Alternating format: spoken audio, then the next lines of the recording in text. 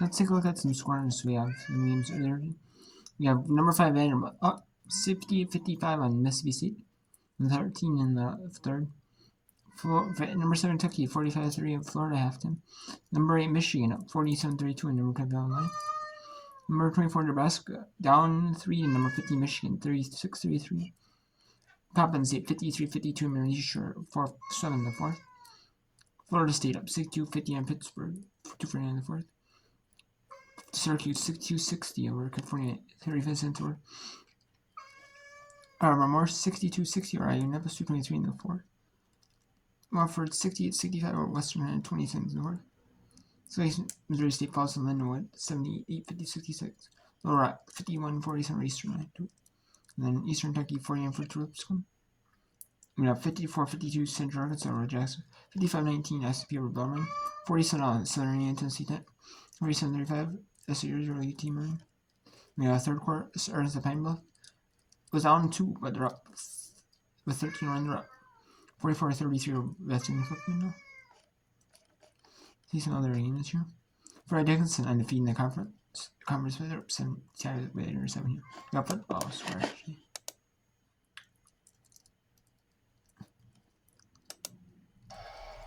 Unless she stuck her leg out or something, I don't know. I have to talk about this. Maybe not. No timeouts left for either teams. I believe a technical foul was called against Jonathan Sippis, arguing the call afterwards. Here's Maddie Heiss.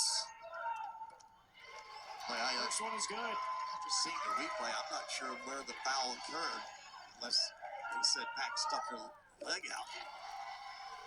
20 points for Maddie Heiss. Goes 7 of 7 of the line in the game. Yeah, there's the leg. Okay, there it is. Okay, I see it now.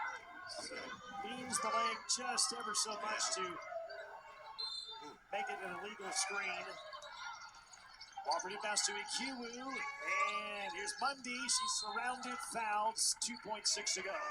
This one's not over with. You take a miracle of some kind for the Catamounts to get back into this one, but they played their hearts out in this game. And it's going to be a tough loss. I'm going to look back at this one and wonder what could have been. These teams will play later this year in Cullowhee next month. Mundy at the line, and the first one missed.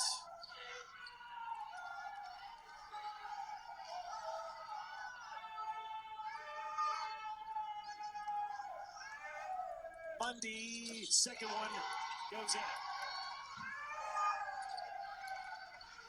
2 seconds to go. Holyfield from midcourt, and it misses, and that is it. And Wofford comes back after being down for most of the game. Now let's go Eastern at Laura.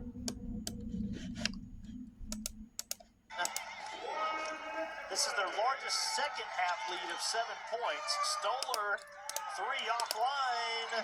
Salgado comes up with it, doesn't need to rush.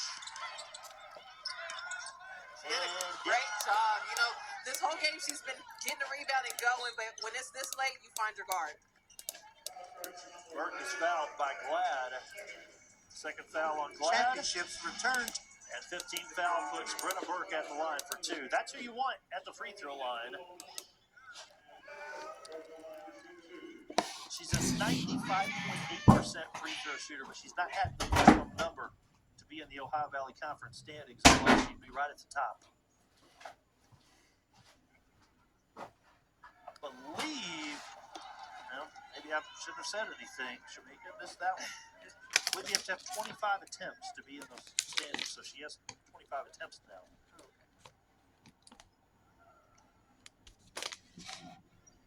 And Burke goes 1 of 2.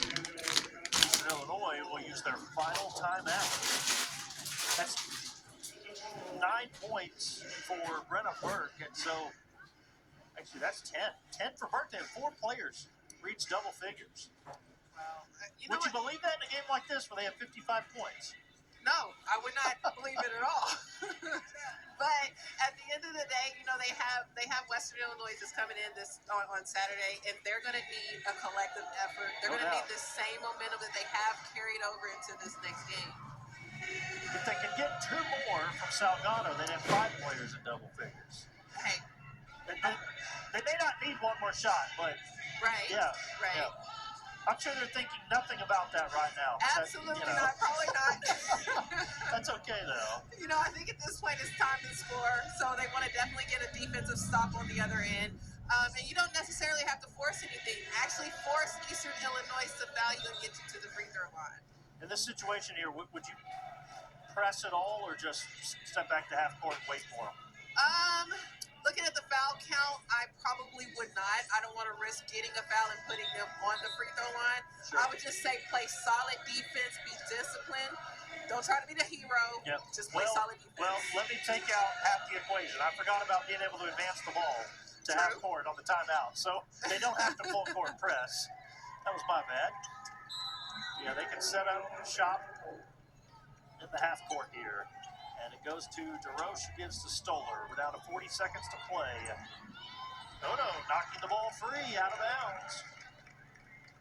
Active hands from Little Rock tonight. 22 Eastern Illinois turnovers. They'll keep it. 36.8 to play. That's been the Achilles heel for Eastern Illinois is the turnovers. Yes. Yeah, they've taken 7 fewer shots than Little Rock and fewer possessions because of the giveaways. They're running a lot of clock. DeRoche has to pull the trigger on the deep three. Kodo comes up with a rebound. Shot clock is turned off. It's an 8-point Little Rock lead. Payne across half court. Eastern Illinois appears that they will not foul. How about that? 10 seconds left.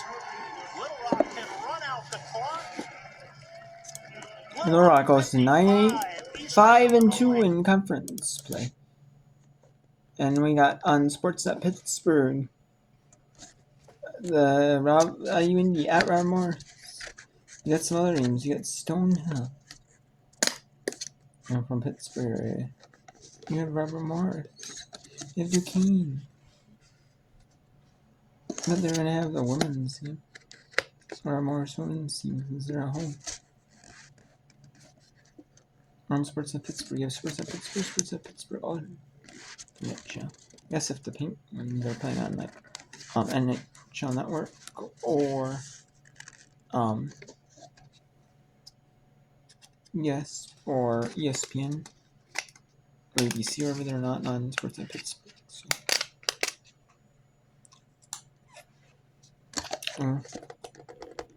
Or maybe they're not playing today. Or unless they're on their, this could be on the Ultimate channel.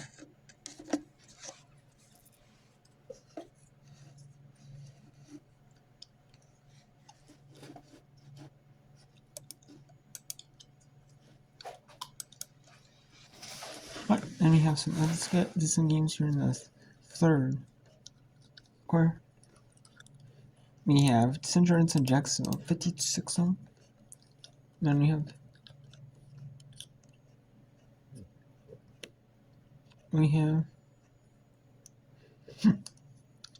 I want to take a look at some games and where I can look at them.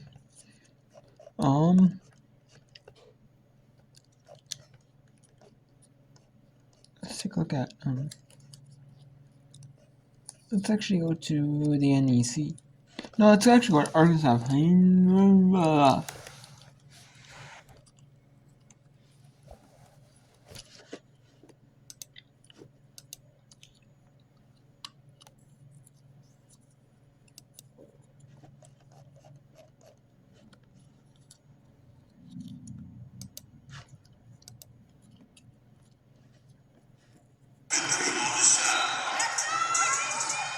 Here's the inbounds to Bowen.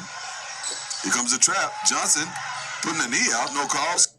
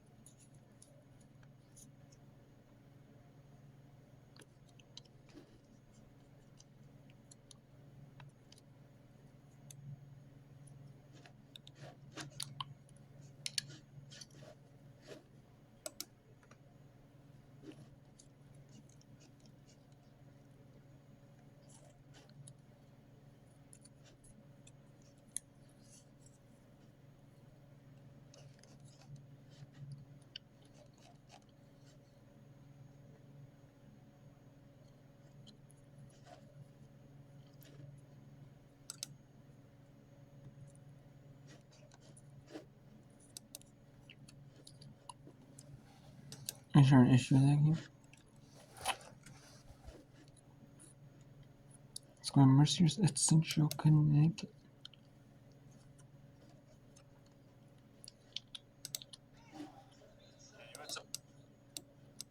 Al was called off the ball.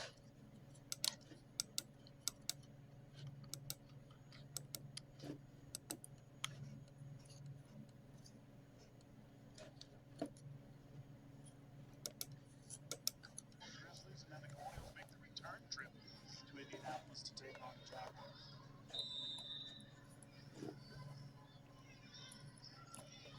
Colonials using a timeout to advance the ball.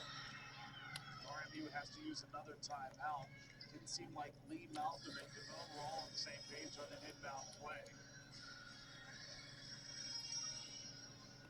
Take a look at what IU Indy has coming up now for the Colonials. They'll be at Cleveland State before returning home to host Youngstown State as the Penguins make the 60-mile trip to the Pittsburgh area before Wright State and Purdue Fort Wayne road trip for RMU. Yeah, tricky part of the schedule for RMU just because of being away from home for the next 5 on the road. First things first, try to figure out a way to cut into this deficit or take the lead on this possession.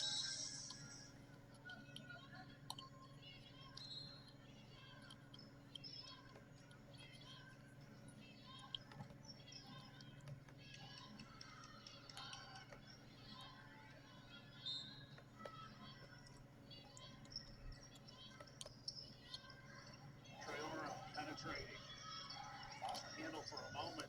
Works her way in, misses the shot. Jada Lee gets the rebound. Daly contacted on her way in. Foul's going to go against Haley Smith.